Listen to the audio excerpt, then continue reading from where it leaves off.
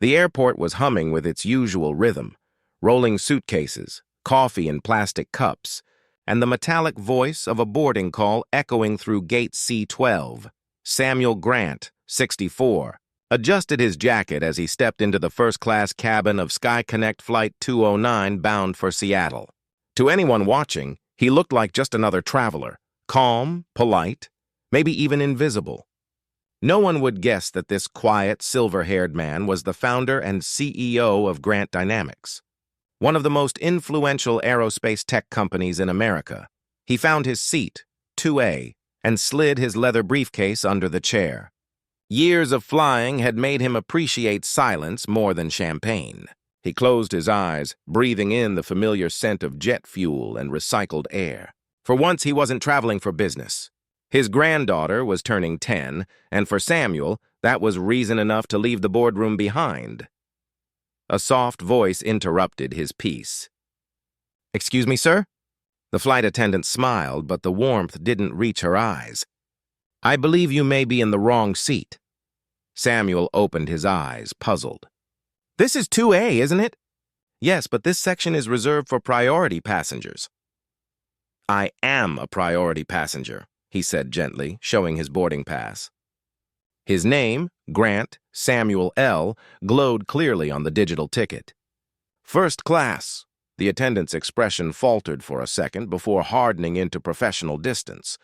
"There must be a mistake. Could I ask you to move to business class until we sort this out?" Samuel met her gaze, unflinching. "Ma'am, there is no mistake. But I'll be happy to wait right here while you verify it." From behind, a man in a gray suit, younger, white, confident, raised an eyebrow. "Some people just don't understand how these systems work," he muttered loud enough for everyone to hear. Laughter flickered from a few seats. Samuel didn't react. Years in the military had taught him that silence sometimes speaks louder than defense. The attendant, now visibly tense, picked up the intercom and murmured something to ground staff. Minutes later, a uniformed airport security officer approached. "Sir, we've had a seating issue reported," he said in a clipped tone. "We'll need you to step off the aircraft while we confirm your details." Samuel stayed seated, his voice calm but firm. "Officer, I've flown on this airline for 30 years. I've helped design half the safety systems in this plane. I'm not leaving because someone's uncomfortable seeing me here." A hush fell over the cabin. The woman across the aisle took out her phone and began recording. Her name was Janelle Porter, a freelance journalist. The red recording light blinked softly as she whispered to herself. "He's not being aggressive. He's just sitting there." The tension thickened. The officer leaned closer. "Sir, if you don't comply, we'll have to remove you by force." Samuel exhaled slowly. "Then do what you must. But remember this moment, because when the truth comes out, it won't just be a headline. It'll be a lesson." Outside, through the window, he noticed the left wing of the aircraft vibrating oddly, a subtle tremor that most people would miss, but one that no aerospace engineer ever could. He frowned, instincts sharpening. Something wasn't right with this plane, and in less than 20 minutes, everyone on board, including the airline itself, would learn just how right he was. The atmosphere inside the cabin had turned brittle, the kind of silence that follows humiliation. The flight attendant avoided eye contact. The security officer stood stiffly beside Samuel's seat, and murmurs rippled through the passengers like a current. Samuel sat motionless, the faint vibration beneath the floor catching his attention again. Years of engineering instincts prickled at him. Something in the plane's hydraulic system was off. He had felt this kind of tremor before, deep in the metal skeleton of test aircraft decades ago. "There's a problem with the left wing," he said quietly, almost to himself. The officer frowned. "Sir, please don't make this harder." Samuel turned his head, voice steady. "Check the hydraulics before you take off." The man blinked. "Excuse me?" "You heard me," Samuel said, nodding toward the wing. "If you want to arrest me, fine. But first, make sure this plane isn't about to fail before it even leaves the ground." The surrounding passengers exchanged uneasy glances. The attendant gave a nervous laugh. "Sir, we can't delay a flight for a guess."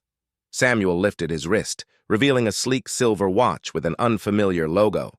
Its small digital screen flickered with diagnostic data. It's not a guess. It's reading a pressure imbalance right now. The watch, a prototype from Grant Dynamics, was still in closed testing. No one outside his company even knew it existed. The officer hesitated. The flight attendant, flustered, reached for the intercom. "Captain, we have a situation here." Moments later, the cockpit door opened and a tall man with pilot's stripes appeared. His badge read Captain Reeves. "What seems to be the issue?" The officer explained quickly. Reeves's expression darkened as he turned to Samuel. "You said you detected something?" Samuel nodded once. "Hydraulic pressure fluctuation left wing actuator. Level 3 anomaly." The captain studied him for a moment. "How could you possibly—" "Because I built the detection system you're using," Samuel interrupted. "Your entire fleet runs on my design." A heavy pause. Reeves finally spoke into his radio, ordering a pre-flight inspection.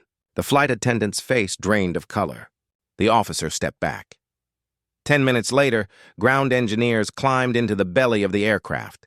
One returned pale, whispering something urgent to the captain. Reeves turned to the cabin.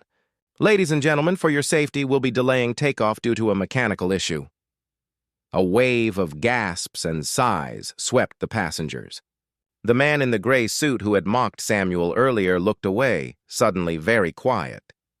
The flight attendant couldn't meet his eyes.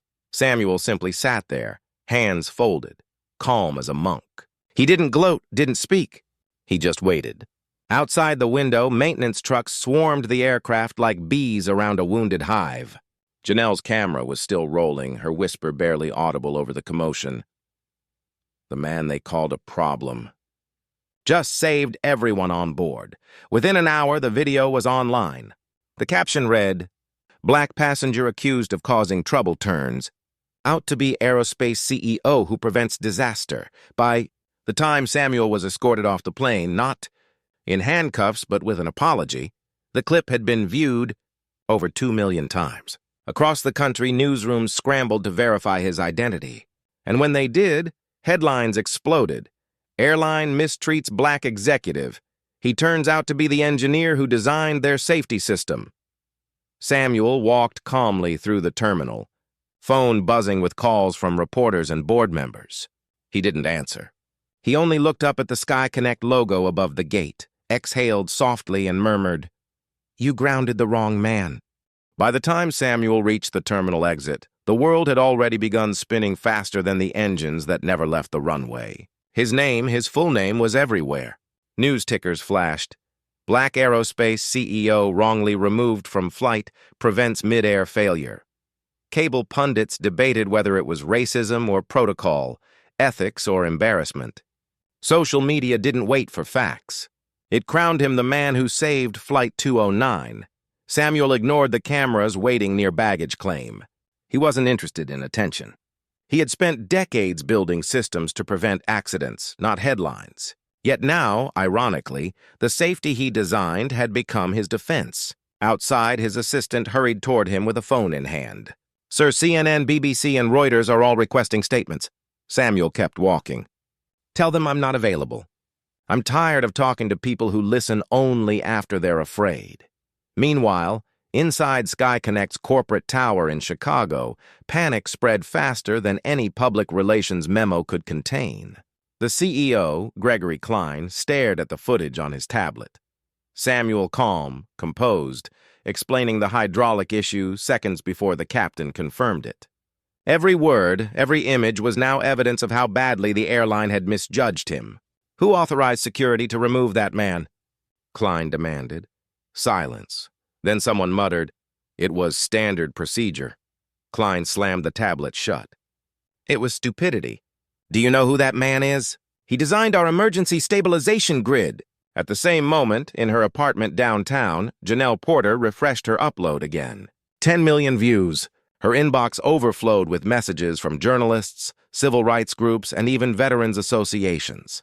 She scrolled through comments, some angry, some grateful, all emotional. One caught her eye. "He saved us once. Now maybe he'll save this country from itself." Samuel sat alone in his hotel room, the city lights of Seattle flickering beyond the window. The phone rang again. This time he answered. "You made them look small," said a deep, familiar voice on the other end. It was Avery Morgan, a former Air Force general and Samuel's longtime friend. You could have torn them apart. Instead, you just told the truth. Samuel chuckled softly. The truth doesn't need to shout. It just needs time. There was a pause.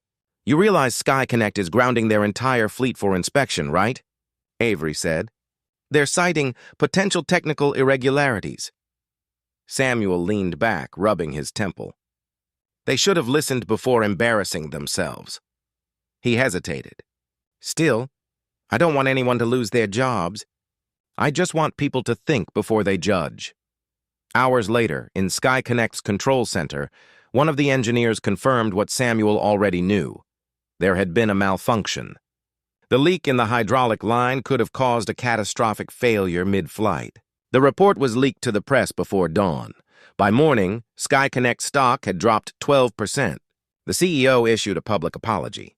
Reporters camped outside Samuel's company headquarters. But Samuel wasn't there.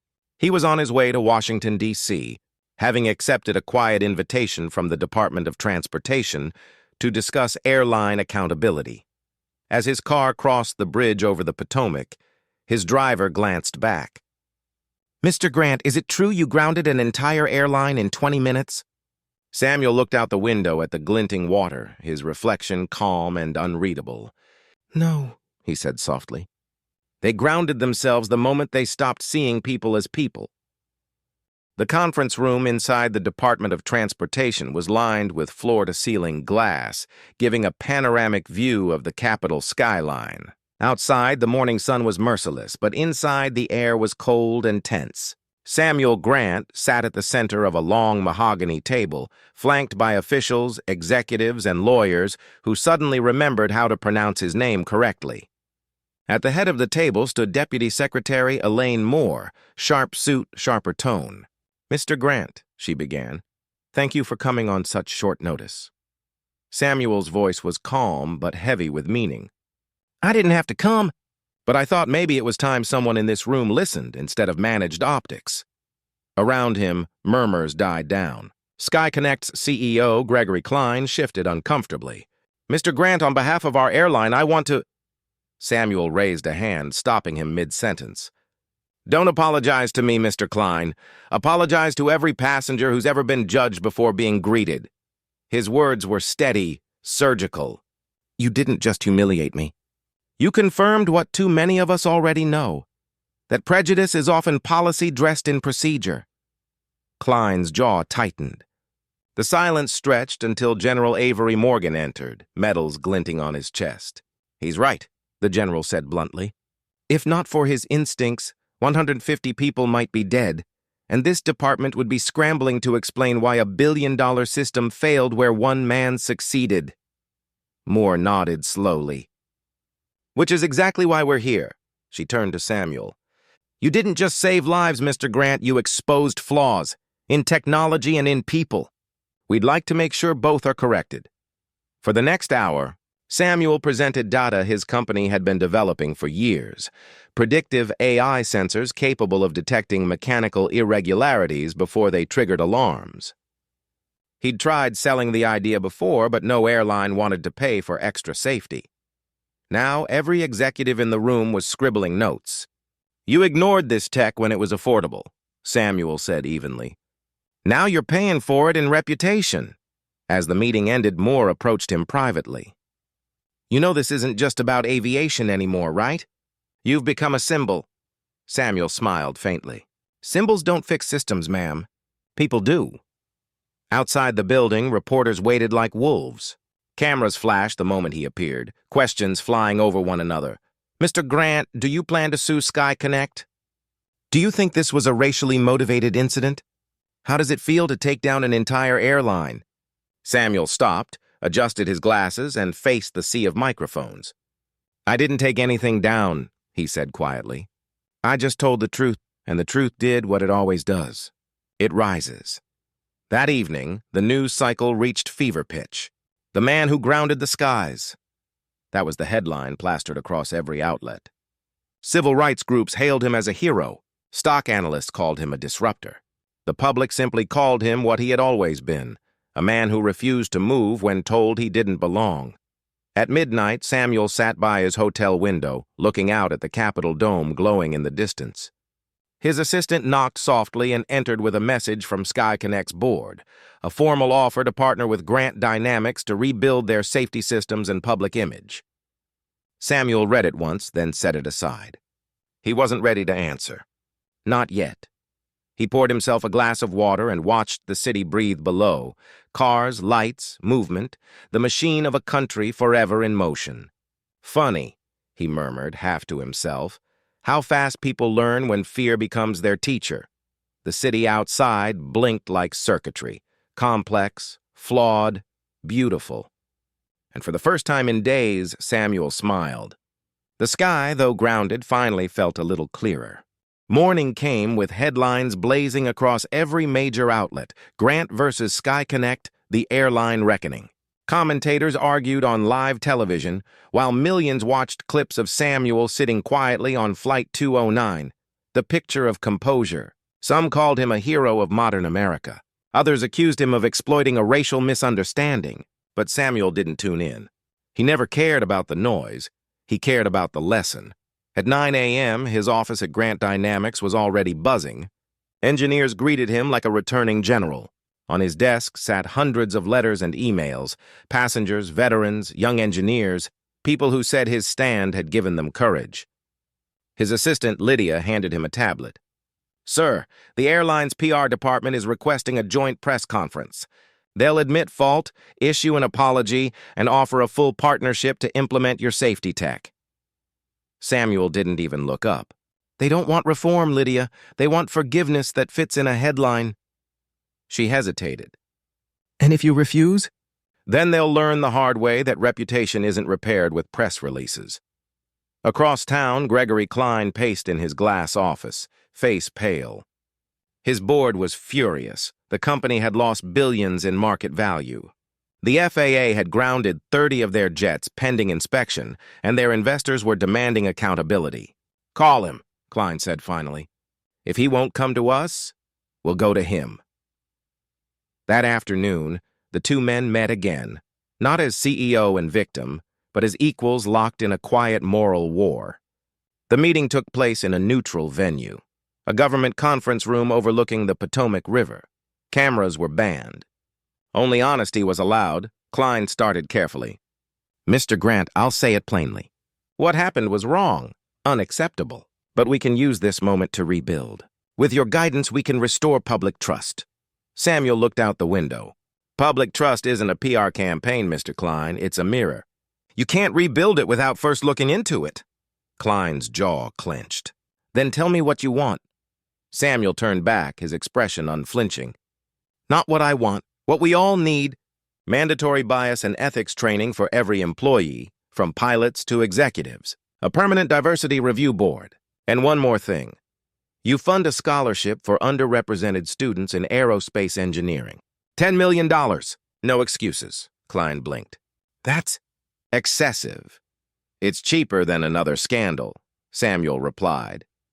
There was silence, broken only by the faint hum of the air vents. Klein finally nodded. "You'll have it." By evening, SkyConnect's public statement went live. It wasn't the usual corporate apology. It named names, admitted failure, and pledged real reform. The final paragraph credited Samuel Grant personally for preventing tragedy, both mechanical and moral. Social media exploded with praise. Janelle's original video hit 40 million views. Hashtags like "Yes, Grant Effect" and "Honor Not Privilege" flooded timelines. But Samuel stayed out of sight, preferring quiet to applause. Late that night, his phone buzzed. It was General Avery Morgan. "You made them bend, Sam," the old soldier said. "That's more than most men ever do." Samuel smiled faintly. "I didn't make them bend. I just reminded them gravity still applies at every altitude." As he hung up, he looked out his office window, the lights of the city glimmering like stars over the dark horizon. Somewhere out there, planes still flew, some safer now because of him. And though he knew the world would move on, he also knew something fundamental had shifted. Dignity, once dismissed as invisible, had finally grounded an empire, and taken flight on its own terms. A week later, SkyConnect's terminals reopened and planes began to lift into the sky again, this time under stricter protocols and freshly inspected systems.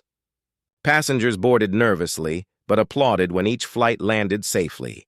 The news called it the return to the skies.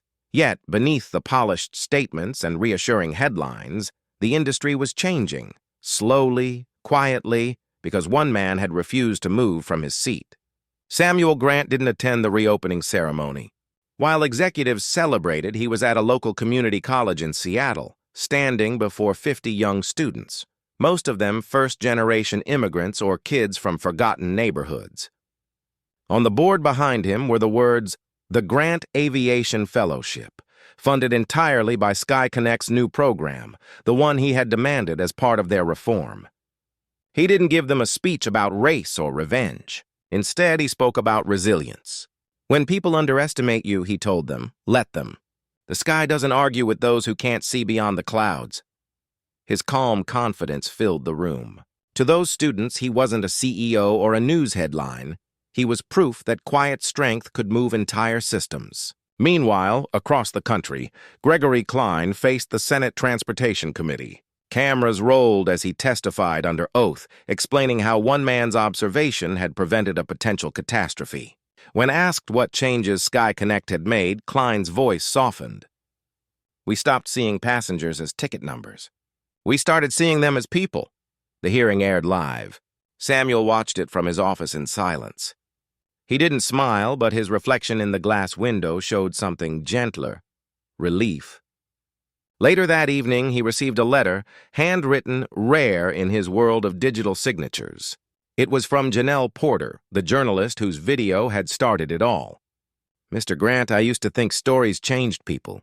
Now I know people like you change stories. Thank you for showing the world that calm isn't weakness. It's power." He folded the note carefully and placed it beside his old Marine photo, the one taken decades ago when he was a young engineer in uniform, smiling at a sky full of possibilities. The next morning, his assistant entered his office with urgent news. "Sir, the White House wants to meet. They're proposing a national safety initiative in your name to integrate your technology across all major airlines." Samuel looked up from his desk, eyes steady. "Tell them I'll consider it. If it's not about politics," Lydia smiled. "You know it will be." "Then," he said, rising from his chair, "let's make sure it's about people instead." Outside, the sound of a plane roared overhead. Samuel paused, watching it cut through the morning sky. The contrail shimmered, long and white, dissolving slowly into blue. A reminder that every path, no matter how turbulent, eventually clears. He whispered more to himself than anyone else. Sometimes it takes one grounded flight to teach the world how to fly right. And as he walked toward the window, the sunlight washed over his face, not as a spotlight, but as quiet recognition. He hadn't just fixed a system. He'd forced it to look up. 3 months passed. The storm had calmed, but its echoes still shaped the skies. The Grant Aviation Fellowship had already sent its first batch of students into internships across major airlines. SkyConnect, once the subject of outrage, was slowly becoming a model of reform. Flight crews now underwent empathy and bias training. Passengers, too, noticed something different, not in the planes themselves, but in the people who flew them. Every interaction carried a trace of humility, like turbulence settling into smooth air. For Samuel Grant, life returned to its quiet rhythm, though nothing about it was the same. He no longer walked through airports unseen. People stopped him for handshakes, for pictures, for gratitude. Some simply said, "Thank you for not losing your temper." He always smiled faintly, replying, "Anger only burns what you're trying to save." But one morning, as he prepared to leave his office, he received an unmarked envelope. Inside was a single photo. A SkyConnect pilot standing next to a new aircraft bearing a fresh decal near the cockpit. A small black and gold emblem in the shape of intertwined wings. Under it were 3 words: "The Grant Standard." Samuel stared at it for a long moment. It wasn't pride that filled him. It was the strange peace of knowing that his refusal to move had moved the world instead. That same week, SkyConnect invited him to their main hangar in Dallas for an unveiling ceremony. The new aircraft, Flight 701, shimmered beneath the floodlights. Gregory Klein was waiting on the tarmac, this time without a suit jacket or entourage. "You didn't have to come," Klein said quietly. Samuel adjusted his cap. "I didn't come for you. I came for the ones who'll fly this plane next." The crowd of employees, engineers, and journalists fell silent as Samuel approached the microphone. "3 months ago," he began, "I sat on a plane and was told to move because I didn't look like I belonged. But belonging isn't something you assign. It's something you earn by how you treat people." He paused, the hum of the hangar echoing softly. "If this company has learned anything, let it be this. Respect isn't a policy. It's a practice." Applause filled the hall, but Samuel simply stepped back, letting the sound wash over him. For the first time, he didn't feel like he was standing against the system. He was part of reshaping it. After the ceremony, a young pilot approached him, the same one from the photo. "Sir, I wanted you to know, my first flight tomorrow uses your updated safety system." "It's named after you." Samuel raised an eyebrow. "Named after me?" "Yes, sir. Flight G209, Grant 209. A quiet laugh escaped him. "Same number as the one they tried to remove me from." "Exactly," the pilot said, smiling. "We thought it was fitting to let the story take off the way it was meant to." Later that evening, Samuel stood alone on the runway as the sun dipped below the horizon. The golden light stretched across the tarmac, painting long shadows over the planes waiting for departure. For the first time in months, he allowed himself to feel proud. Not for being right, but for proving that grace could be louder than outrage. As the night settled in, a flight rumbled down the runway, Flight G209, lifting into the fading light. Samuel watched it climb, the emblem glinting under the last sliver of sun. He whispered softly, "Fly steady." And as the aircraft disappeared into the clouds, it carried more than passengers. It carried a legacy, a quiet man's reminder that even when grounded, dignity still soars. 1 year later, the world had already moved on to new stories, new controversies, new headlines. But in the aviation industry, one thing had quietly changed. A standard, invisible yet undeniable, known among pilots and engineers alike as the Grant Principle. It wasn't written in any manual, yet everyone understood it. See the person before the problem. At the headquarters of Grant Dynamics, sunlight spilled across Samuel's office, illuminating the walls lined with blueprints, patents, and framed photographs from his long career. He had grown grayer, slower in step, but his presence still carried that same calm authority that had once stopped an entire airline in its tracks. He stood by the window, sipping coffee, watching a formation of planes cut clean lines through the morning sky. The door opened softly. His assistant Lydia entered with a gentle smile. "Sir, the FAA just called. They're renaming their new safety research center after you, the Samuel Grant Institute for Aviation Ethics and Engineering. They'd like you to attend the dedication ceremony next month." Samuel smiled faintly. "I didn't build any of this for my name on a wall." Lydia nodded. "I know. But sometimes names remind people where integrity began." Later that afternoon, Samuel drove alone to Arlington, to the National Cemetery. The winter air was crisp, the sky an endless blue. He stopped by a gravestone that bore no name, one of the unknown veterans. He stood there silently, the wind whispering through the trees. "I was lucky," he murmured. "I fought one war with weapons, another with words. And somehow I survived both." He touched the cold marble gently, then turned to leave. Back at home, his granddaughter, Elena, waited with a drawing clutched in her hands. "Grandpa," she said proudly, "we had a school project, heroes we look up to." "I picked you." She handed him the paper, a crayon drawing of an airplane, with a man standing on the tarmac beneath it, small but strong. Above it, she had written in careful, uneven letters, "He saved people without fighting anyone." Samuel's throat tightened. He knelt, pulling her into an embrace. "You know, sweetheart," he said softly, "heroes aren't always the ones in the sky. Sometimes they're the ones who refuse to fall. That night, the city was quiet. From his balcony, Samuel could see planes taking off in the distance, each one a streak of light fading into the stars. He thought of that night on Flight 209, of the faces, the fear, the misunderstanding, and how easily one moment could break or define a life. Now, a year later, the same airline that once humiliated him had a small plaque near Gate C-12, engraved in brass, in honor of Samuel Grant, whose calm saved lives, and whose dignity taught us how to see again. He saw a photo of it online weeks later. No press release, no speech, just a quiet gesture from an industry that had learned to listen. As he turned off the lights and looked once more at the night sky, he whispered the words that had guided him through every storm, from battlefields to boardrooms to boarding gates. No one owns the sky. We just have to learn how to share it. And as another plane soared upward into the darkness, its lights blinking steady against the horizon, Samuel smiled. Because somewhere, above clouds and conflict, the sky, vast, forgiving, eternal, remembered.